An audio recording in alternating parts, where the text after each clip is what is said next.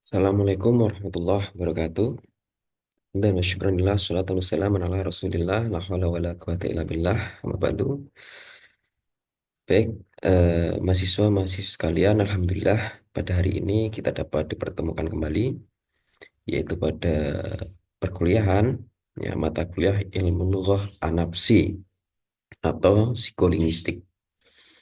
Jadi, ketika kita mendengar psikolinguistik, tentu terbesit di benak kita bahwa ini merupakan dua gabungan, ya, dua gabungan daripada dua disiplin ilmu, yaitu psikologi dan linguistik. Jadi gabungan antara disiplin ilmu psikologi dan linguistik. Di dalam eh, program studi pendidikan bahasa Arab itu sendiri, mata kuliah psikolinguistik ini sangat penting untuk membekali para mahasiswa supaya dapat mengidentifikasi atau menganalisis serta menambah wawasan berkaitan dengan ilmu linguistik atau kebahasaan, ya, yang diintegrasikan dengan disiplin ilmu psikologi. Maka di dalam eh, program studi pendidikan bahasa Arab itu ada mata kuliah ilmu lughah anapsi atau psikolinguistik. Untuk hari ini kita akan membahas, ya, berkaitan dengan pengertian, kemudian tujuan, fungsi dan sejarah perkembangan psikolinguistik. Ya, silakan disimak. Jadi kita berangkat dari pengertian, ya, pengertian terlebih dahulu. Jadi pengertian daripada psikolinguistik adalah, ya, cabang ilmu, ya, yang mempelajari hubungan antara bahasa dan pikiran serta bagaimana proses-proses mental mempengaruhi pemahaman, produksi dan penguasaan bahasa. Ya, jadi pengertian daripada psikolinguistik itu sendiri adalah bagaimana kita, ya, menganalisis ataupun cara mempelajari hubungan antara bahasa dan pikiran. Nah, yang namanya pikiran itu kan arahnya kepada psikologi kita. Ya, jadi fokusnya, fokusnya pada materi psikolinguistik itu sendiri atau MK psikolinguistik itu sendiri adalah berfokus pada bagaimana linguistik atau ilmu kebahasaan itu bisa diintegrasikan dengan ilmu psikologi. Nah, di sini ada berbagai ataupun terdapat beberapa para ahli yang menuturkan ataupun mendefinisikan pengertian daripada psikologi itu sendiri. Yang pertama, menurut Piaget, berpendapat bahwa psikolinguistik berfokus pada bagaimana perkembangan bahasa sejalan dengan perkembangan kognitif anak. Bahasa dipandang sebagai alat untuk merefleksikan pemikiran dan sebagai hasil dari interaksi sosial. Nah, jadi salah satu tokoh ini ataupun menurut Jen Piasi itu arahnya adalah berfokus pada perkembangan kognitif, ya, kognitif anak, ya, kognitif anak. Jadi ketika kognitif anak itu baik, maka tutur bahasa ataupun tutur kata, ya, yang disampaikan melalui komunikasi dalam keseharian itu bisa ditangkap dengan baik. Karena kognitif yang baik itu sangat mempengaruhi, ya, sangat mempengaruhi kelancaran dalam berbahasa ataupun kelancaran dalam berkomunikasi. Selain itu, menurut Jen Piasi bahwa bahasa juga dipandang sebagai alat untuk merefleksikan pemikiran. Jadi pemikiran-pemikiran yang ada di dalam pikiran kita ataupun secara kognitif itu bisa tersampaikan dengan baik ketika kognitif yang dimiliki oleh seseorang itu baik. Maka ketika kognitif itu baik ataupun pemikiran seseorang itu baik secara psikologi, maka akan dapat menyampaikan hasil pemikirannya itu dengan baik dalam proses interaksi. Nah, dalam proses interaksi di dalam masyarakat itu menurut Jean Piaget. Kemudian menurut Chomsky, ya, bahwa psikolinguistik itu, ya, disebut sebagai, ya, kemampuan kemampuan manusia ya dalam memahami dan menghasilkan kalimat yang belum pernah mereka dengar sebelumnya, yang menekankan adanya struktur bawaan dalam otak yang memfasilitasi pemahaman bahasa. Jadi fokusnya ya fokusnya itu terletak pada otak yang dimiliki oleh seseorang ya. Jadi seseorang itu bisa berkomunikasi atau bisa berkomunikasi dengan baik dalam interaksi di dalam masyarakat itu didasarkan pada fasilitas yang ada dalam pikiran, yaitu otak. Jadi ketika seseorang itu melakukan komunikasi dengan baik, tentu saja pikiran yang ada dalam seseorang itu ya memfasilitasi memfasilitasi secara penuh dalam proses interaksi. Tuh. Kemudian selain itu, struktur bawaan yang ada dalam otak, ketika strukturnya itu baik, maka yang disampaikan juga baik.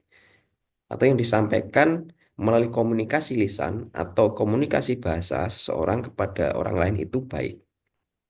Tuh. Itu menurut Chomsky. Kemudian menurut Stephen, menurut Stephen, bahwa psikolinguistik ini berhubungan dengan bagaimana bahasa diproses secara mental. Ia melihat bahwa bahasa sebagai sebuah insting biologis yang berkembang melalui evolusi dan mempengaruhi cara manusia berpikir. Itu menurut Stephen. Jadi menurut Stephen ini bahwa psikolinguistik itu erat dengan hubungan mental seseorang. Nah, ketika mental seseorang itu baik, maka yang disampaikannya juga baik, itu secara mental. Maka ketika seseorang itu mentalnya terganggu, maka akan mempengaruhi cara berkomunikasi seseorang itu sendiri. Nah, maka dari itu, Stephen itu sendiri, Stephen sebagai ahli ataupun pakar linguistik, menganggap bahwa berkomunikasi, ataupun komunikasi seseorang itu sangat dipengaruhi oleh mental seseorang. Ya, itu menurut Steven Pinker. Kemudian menurut Eric, ya, bahwa psikolinguistik adalah disiplin yang menggabungkan psikologi dan linguistik untuk memahami bagaimana bahasa diperoleh, diproses, dan digunakan dalam konteks sosial. Jadi, menurut Eric ini, psikolinguistik adalah disiplin ilmu, ya. Disiplin ilmu, ya, merupakan gabungan disiplin ilmu dari ilmu psikologi, kemudian dan linguistik. Jadi juga berfokus pada alur, alur bagaimana bahasa itu bisa tercipta. Bahasa bisa tercipta dari tinjauan dua disiplin ilmu, yaitu psikologi dan linguistik, yaitu dari bagaimana bahasa itu diperoleh. Nah, setelah diperoleh, bagaimana itu diproses. Nah, setelah diproses, bagaimana itu digunakan dalam konteks sosial. Nah, ada istilah-istilah dalam ilmu psikolinguistik terkait dengan pemerolehan bahasa. Ya, pemerolehan bahasa. Jadi, ketika kita lahir, itu pasti yang diperoleh adalah bahasa yang disampaikan oleh ibu. Ya, bahasa ibu. Itu pemerolehan bahasa pertama. Kemudian diproses dalam kognitif seseorang, ya, dicerna, kemudian digunakan dalam apa? Dalam konteks sosial untuk berinteraksi. Tuh, itu menurut Eric. Kemudian kalau menurut Skinner, psikolinguistik itu sendiri berkaitan dengan bagaimana bahasa dipelajari melalui penguatan dan pengulangan dalam lingkungan. Jadi memang bahasa itu sendiri terbentuk ketika seseorang itu melakukannya berkali-kali di dalam lingkungan yang ditempati. Ia menekankan pentingnya faktor-faktor lingkungan dalam perkembangan bahasa. Dengan memperhatikan pandangan ini dapat disimpulkan bahwa psikolinguistik mencakup berbagai aspek dari pengelolaan bahasa, baik dari segi kognitif, perkembangan, maupun konteks sosialnya.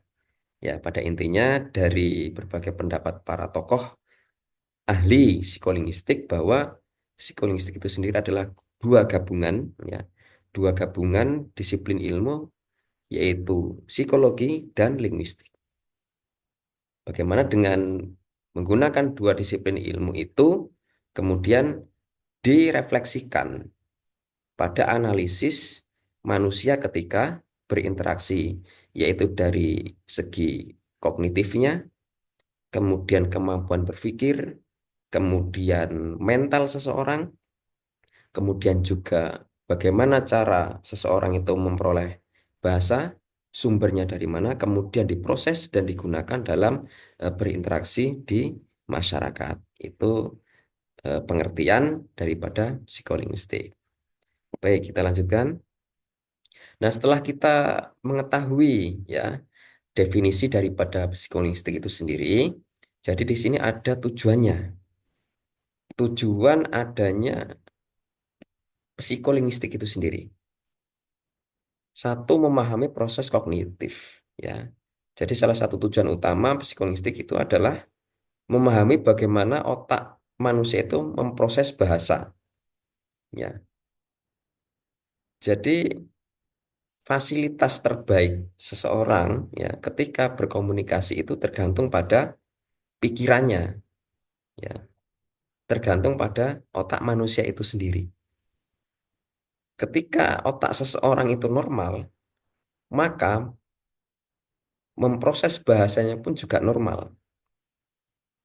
Nah, kan ada eh, seseorang ya, ada seseorang yang cara berbicaranya itu tidak lancar ataupun sejenisnya.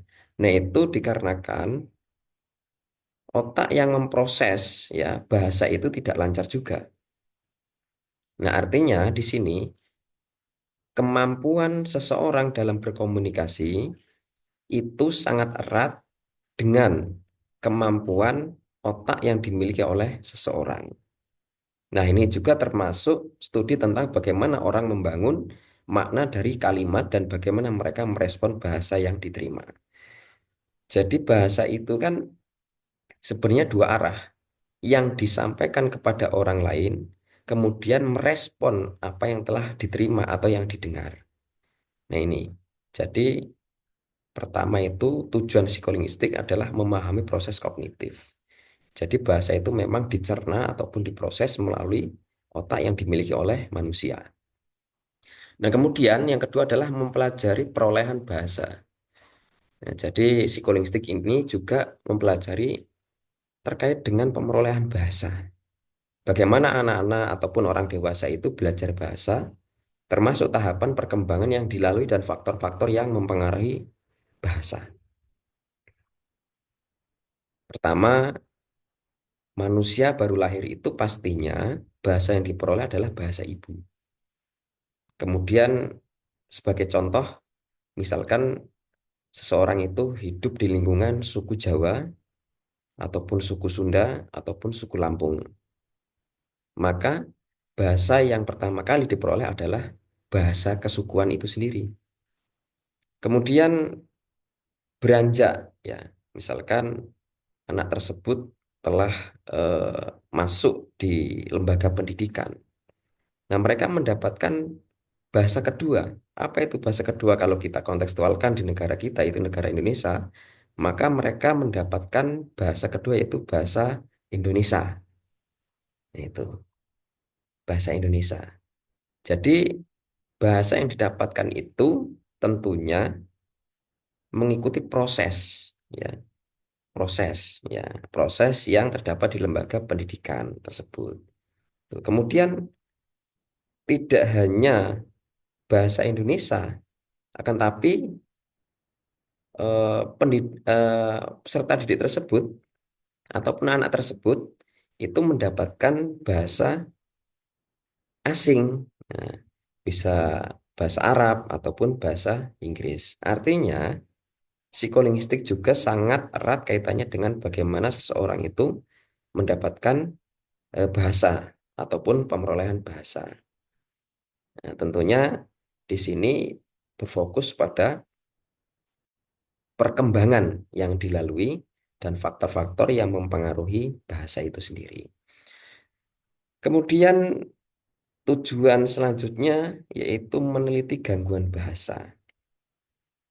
Jadi ketika kita misalkan hidup di suatu masyarakat, ada yang mohon maaf, eh, ada yang mengalami gangguan berbicara, ya gangguan berbicara.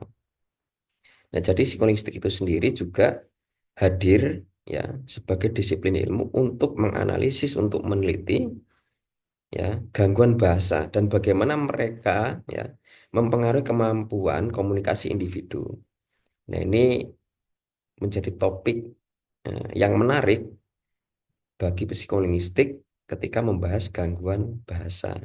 Jadi membahas terkait alasan ataupun asal-usul bagaimana bisa terjadi yang namanya gangguan berbahasa. Nah, apakah gangguan berbahasa itu memang terjadi karena faktor gen, ya, faktor gen, ataupun eh, setelah lahir memang secara psikologi ataupun dari indera pendengarannya itu tidak normal. Nah, itu bisa mempengaruhi gangguan berbahasa, gitu ya. Kemudian untuk selanjutnya yaitu menghubungkan linguistik dan psikologi. Jadi maksud dan tujuan yang keempat dari psikolinguistik itu memang tujuan adalah menggabungkan dari dua disiplin ilmu, psikologi itu sendiri dan linguistik. Ya, jadi psikolinguistik berusaha untuk menjembatani ilmu linguistik dan psikologi. Ya, ya. Kemudian memahami bagaimana struktur bahasa berinteraksi dengan proses psikologis seperti pemahaman, memori, dan perhatian. Nah ini, jadi memang untuk tujuan yang keempat ini lebih mengarah kepada disiplin ilmu, ya, yaitu psikologi dan linguistik. Psikologi itu adalah ilmu kejiwaan dan linguistik adalah ilmu bahasa. Oke, kita lanjutkan. Kemudian apa fungsi daripada psikolinguistik itu sendiri? Yang pertama adalah ya terkait dengan analisis bahasa. Ya, analisis bahasa. Psikolinguistik berfungsi untuk menganalisis bahasa dari perspektif mental. Ini membantu dalam memahami bagaimana kata-kata, frasa, dan kalimat dibentuk dan dimaknai dalam pikiran. Jadi, fungsi daripada psikolinguistik itu adalah untuk menganalisis bahasa itu sendiri. Dan sangat erat kaitannya dengan ya mental. Ya. Jadi, bahasa yang dilahirkan itu sangat erat kaitannya dengan mental. Ya, sangat erat kaitannya dengan mental. Juga berfokus pada bagaimana kata-kata itu bisa dikeluarkan ya dari seseorang melalui lisannya, kemudian frasa dan kalimat dibentuk dan dimaknai dalam pikiran. Nah, ini analisis bahasa. Nah, kemudian pengembangan metode pengajaran. Jadi hadirnya psikolinguistik ini dapat digunakan untuk mengembangkan metode pengajaran bahasa yang lebih efektif, yang sesuai dengan cara alami manusia belajar bahasa. Ya, khususnya dalam prodi kita, program studi pendidikan bahasa Arab, itu mempelajari bahasa asing, yaitu bahasa Arab. Jadi dengan kita mengetahui psikolinguistik, maka kita akan tahu bagaimana cara mengajarkan bahasa. Ya, kita sebelum mengajarkan bahasa tentu kita akan memetakan asal-usul ya ataupun histori dari dari para pembelajar bahasa. Sehingganya hadirnya psikolinguistik ini sangat membantu dalam proses pembelajaran sehingga bahasa-bahasa yang nanti dijadikan sebagai capaian pembelajaran ya itu bisa tercover ataupun bisa difahami secara maksimal oleh para pembelajar bahasa. Nah, ini merupakan sumbangsih daripada psikolinguistik yaitu dalam rangka mengembangkan metode pengajaran bahasa. Nah, kemudian ada diagnosa dan terapi gangguan bahasa. Jadi pengetahuan terkait dengan psikolinguistik ini tentunya arahnya adalah terkait dengan proses linguistik dan psikologis. Ya, yang memungkinkan profesional seperti psikolog dan ahli terapi bahasa untuk bisa mendiagnosis ya, dan memberikan terapi bagi individu yang mengalami gangguan bahasa. Nah, ini penting bagi para psikolog ya, kemudian ahli terapi bahasa. Itu dengan hadirnya psikolinguistik itu bisa bisa melakukan diagnosa. Kan ada teori-teori apakah gangguan bahasa ini karena dari indera pendengaran sehingganya tidak dapat menangkap ataupun memperoleh bahasa ya yang ada di sekelilingnya sehingganya tidak bisa berbicara sebagaimana orang lain berbicara karena di situ ada gangguan indera pendengaran. Nah, ini salah satu contoh ya, salah satu contoh ketika para ahli terapi bahasa itu melakukan diagnosa bagi yang memiliki gangguan berbahasa. Nah, kemudian di sini ada riset ya, penelitian, penelitian interdisipliner. Jadi penelitian berbasis keilmuan ya, keilmuan. Jadi psikolinguistik ini mengintegrasikan berbagai disiplin ilmu ya. Sebenarnya tidak hanya dua disiplin ilmu, linguistik dan psikologi, akan tapi juga bisa dikembangkan ya melalui riset tadi, riset interdisipliner, yaitu dengan disiplin ilmu neuroscience ya dan ilmu kognitif untuk memberikan apa? Memberikan wawasan yang lebih mendalam tentang hubungan antara bahasa dan pikiran. Tuh, jadi bagi para peneliti ya, bagi para peneliti ini menjadi apa? Menjadi sumbangsi atau menjadi kontribusi yang luar biasa dengan adanya psikolinguistik sehingga lahirlah hasil-hasil penelitian ya berbasis interdisipliner dengan adanya penggabungan ya dari beberapa disiplin ilmu tadi. Kemudian membantu dalam teknologi komunikasi ya. Jadi dari hasil penelitian ya, dari hasil penelitian itu sendiri dapat diterapkan dalam pengembangan teknologi komunikasi. Nah, tadi kan berfokus non teknologi. Ya, maksudnya penelitiannya itu interdisipliner akan tapi tidak melibatkan teknologi. Nah, ini ya fungsi yang kelima ini jadi hasil dari penelitian yang ada dari riset interdisipliner itu dikaitkan ataupun diintegrasikan dengan teknologi komunikasi sehingganya dapat memperkaya hasil penelitian ya khususnya psikolinguistik itu sendiri dengan diintegrasikan dengan teknologi mutakhir atau teknologi modern. Nah, seperti ya, seperti perangkat lunak ya, pemrosesan bahasa alami, kemudian ada sistem pengenalan suara ya, dan aplikasi yang memfasilitasi komunikasi manusia. Jadi memang sekarang ini sudah eranya era digital, serba canggih ya teknologinya. Artinya dengan hadirnya teknologi yang mutakhir ini, teknologi yang modern ini ya bisa memaksimalkan hasil daripada penelitian riset ya riset interdisipliner berkaitan dengan psikolinguistik itu fungsinya ya. Kemudian bagaimana sejarah ya sejarah perkembangan psikolinguistik itu sendiri, artinya psikolinguistik itu sendiri tidak serta-merta langsung hadir ya di tengah-tengah kita, akan tapi melalui proses-proses yang ada. Jadi pertama kita terkait dengan sejarah perkembangan psikolinguistik, pertama terkait dengan teori behaviorism. Ya.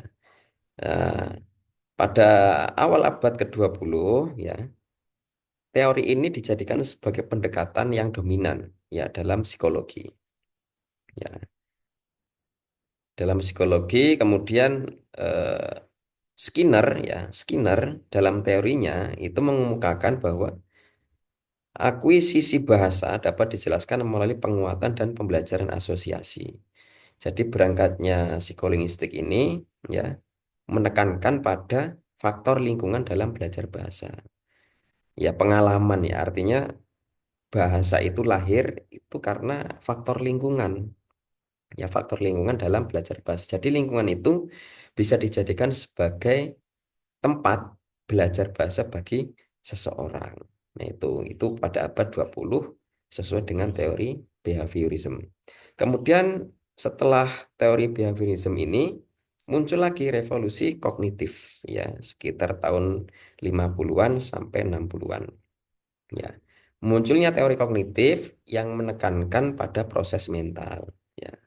Jadi untuk teori ini memang fokusnya pada mental yang dimiliki oleh seseorang ya yang terjadi ya sehingga terjadi pergeseran dalam cara kita memahami bahasa. Jadi ketika mental kita itu baik, maka bahasa yang disampaikan melalui komunikasi lisan itu baik.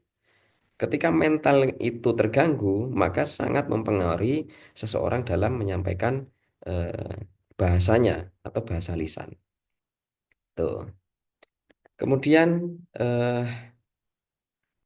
di sini psikolinguistik mengalami pertumbuhan, ya, mengalami pertumbuhan. Pendirian psikolinguistik sebagai disiplin. Nah, ini pada tahun 60-an ya. Pada tahun 60-an itu mulai ya psikolinguistik itu dijadikan sebagai eh, disiplin ya, disiplin keilmuan. Seiring dengan peningkatan pemahaman tentang proses kognitif, psikolinguistik mulai muncul sebagai bidang yang terpisah ya, bidang yang terpisah gitu ya. Maksudnya eh sesuai dengan konferensi dan simposium mulai diadakan untuk membahas masalah yang berkaitan dengan bahasa dan pikiran. Nah, bahasa dan pikiran. Pada tahun 1966, jurnal pertama yang dikhususkan untuk psikolinguistik. Artinya di tahun ini sudah ada ya yang melakukan penelitian yang berfokus pada psikolinguistik. Sehingganya terbitlah jurnal pada tahun 1966.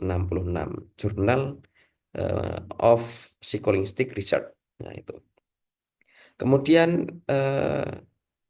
berkembang lagi dengan adanya studi tentang gangguan bahasa. Nah, pada dekade ini banyak penelitian juga dilakukan untuk memahami gangguan bahasa melalui pendekatan psikolinguistik. Nah, jadi pada tahun-tahun ini mulailah banyak yang namanya penelitian. Sehingga gini,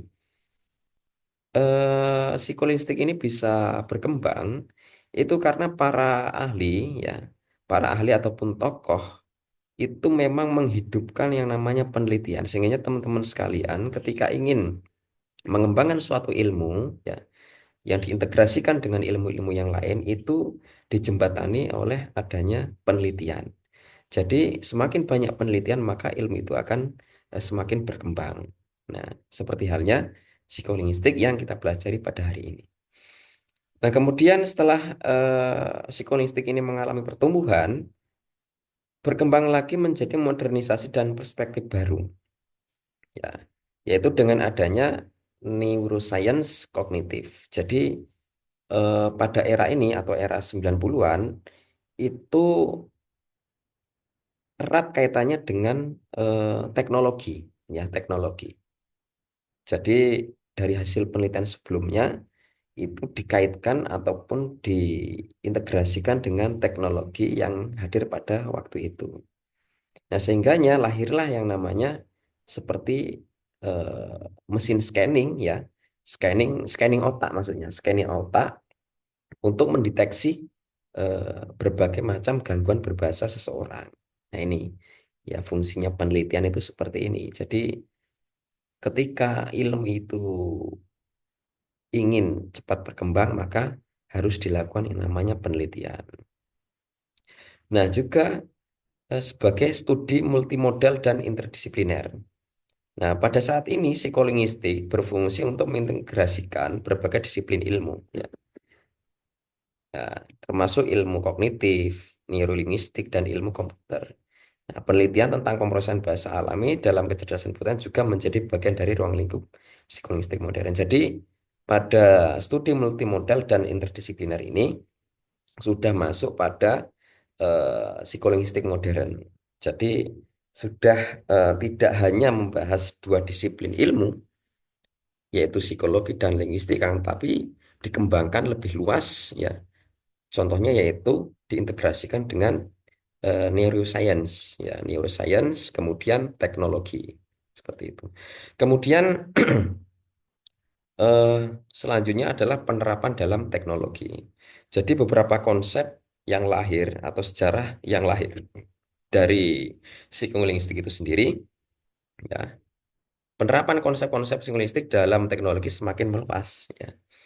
Jadi dari konsep-konsep yang lahir ya berangkat dari sejarah yang ada tadi dari dimulai dengan adanya teori behaviorism ya, kemudian kognitif dan seterusnya, kemudian sampai pada hadirnya teknologi modern, maka psikolinguistik ini mengalami perkembangan yang sangat pesat ya. Jadi hadirnya ini semakin luas, hadirnya teknologi ini ya. Psikolinguistik semakin luas dengan perkembangan perangkat lunak dan aplikasi yang memanfaatkan pemrosesan bahasa alami, sistem pengenalan suara dan analisis teks. Nah, kemudian seiring waktu psikolinguistik telah berkembang menjadi disiplin yang kaya dan beragam.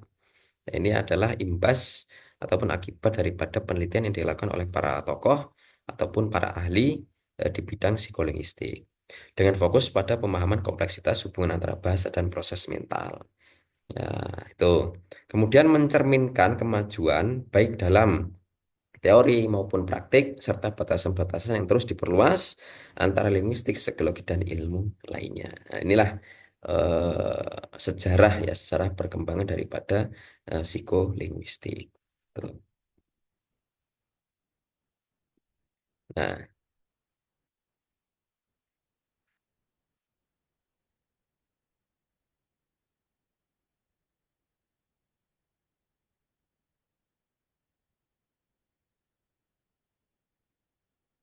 nah, baik teman-teman sekalian, itulah pembahasan kita hari ini, yaitu berkaitan dengan pengertian daripada psikolinguistik, kemudian tujuan, fungsi, dan sejarah perkembangan psikolinguistik. Mudah-mudahan materi yang disampaikan ini dapat bermanfaat. Kurang lebihnya mohon maaf. Hadana wa yakum ala minkum. Wassalamualaikum warahmatullahi wabarakatuh.